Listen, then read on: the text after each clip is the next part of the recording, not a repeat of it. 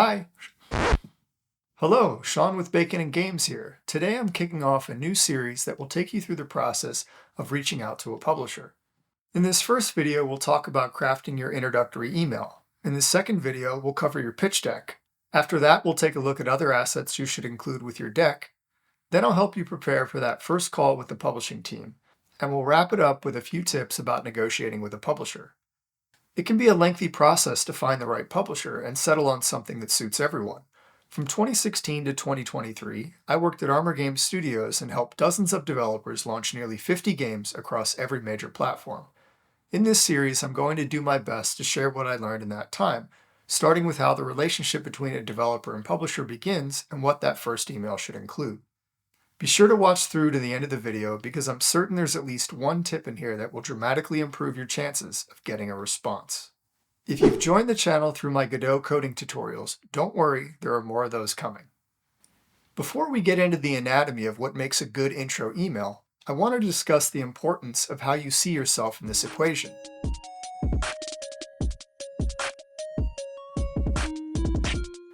The way you view the developer-publisher relationship will color every interaction, from your first email through to the final negotiations.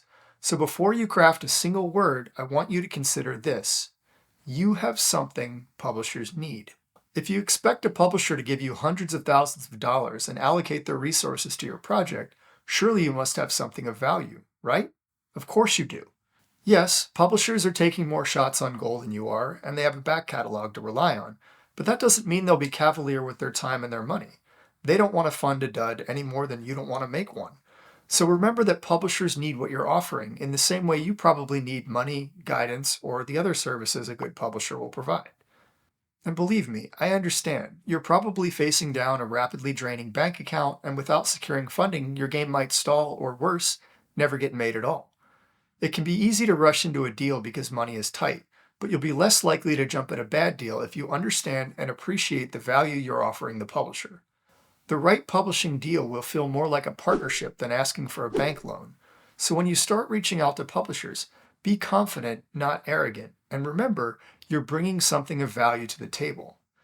Publishers won't start a conversation with you if they don't think there's a chance you have something they're looking for, which is a perfect segue into tip number 1.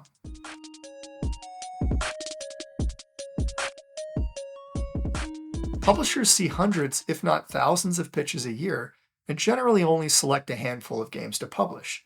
If you want to stand out, you'll have to be able to explain why you reached out to them specifically. You don't need to do this for every single pitch email, but your first wave, maybe 10 or so, should be researched and handpicked for reasons that you can articulate. Most publishers tend to specialize in a handful of genres or have a well-defined audience.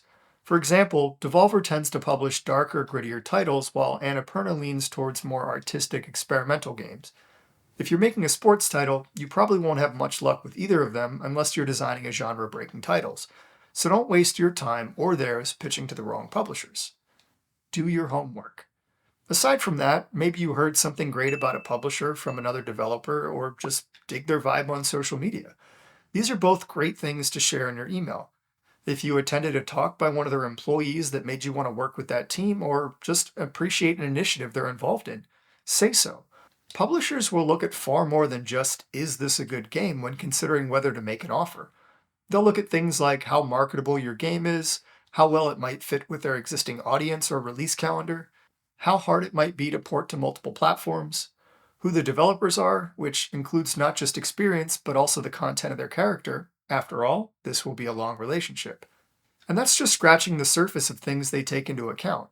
They're going to put a ton of work into considering you, and it only makes sense that they would respond to some level of reciprocation.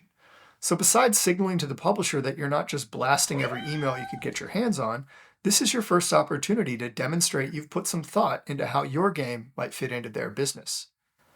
And speaking of email blasting,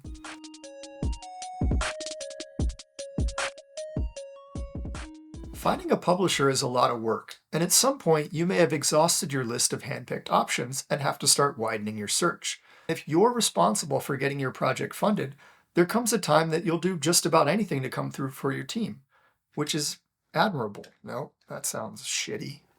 Which is admirable. That being said, There are a few things that get a pitch deleted faster than a BCC'd email that's clearly been lazily blasted to who knows how many publishers. For clarity, this isn't a matter of ego on the part of the publisher. The publisher-developer relationship should be based on clear communication, mutual trust, and respect. And not only that, the publisher will be making a bet on your ability to deliver on your word. Would you give hundreds of thousands of dollars to a developer doing the digital equivalent of shouting an open marriage proposal from the top of a building? Probably not. Put the time in and email the right people directly.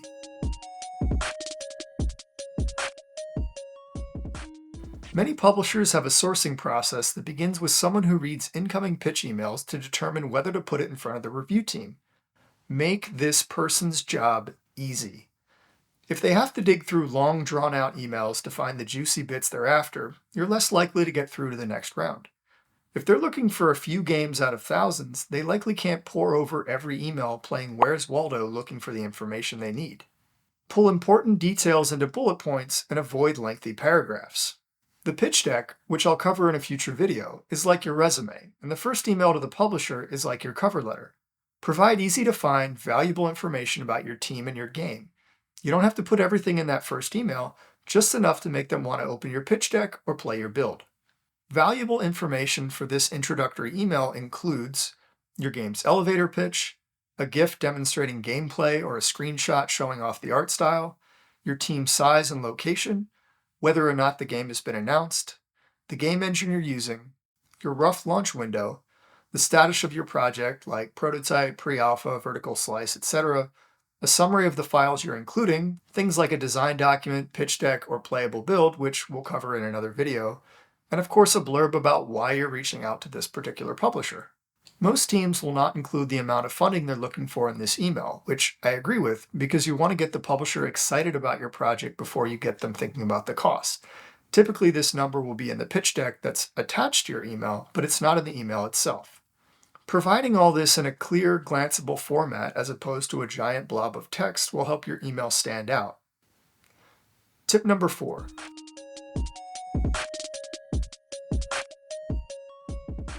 Asking for large sums of money doesn't mean you suddenly have to become a stiff corporate drone. The games industry is full of fun, interesting people with diverse backgrounds and personalities. Don't be afraid to be yourself. In fact, it's not only okay to be yourself, it's appreciated. The publisher isn't just considering your game, they're also considering you. That means not only are they considering whether they can trust what you're saying, but also whether they would enjoy working with you for many years to come. In a future video, we'll cover how to prepare for your first call with a publisher, which gets into the idea that you're also vetting them. So how they respond to the real you will give you some insight into what a long-term relationship will be like. This is good information for you, even if it means you don't get a deal out of them. Searching for a publisher is like buying a house. If you don't go into the process willing to lose the house, you're probably going to get run over by the seller. Anyhow, back to this business of being you. If you're animal lovers, it's okay to share some photos of your pets. If you follow the publisher on Twitter and can reference an inside joke from their feed, do it. A little humanity in an endless parade of dry, businessy pitches can go a long way. That being said, it's probably not okay to drop the F-bomb or make off-color jokes. Be polite and professional, but don't be stiff or misrepresent yourself. Entering a relationship under false pretenses can be worse than not finding a publisher at all. Tip number 5.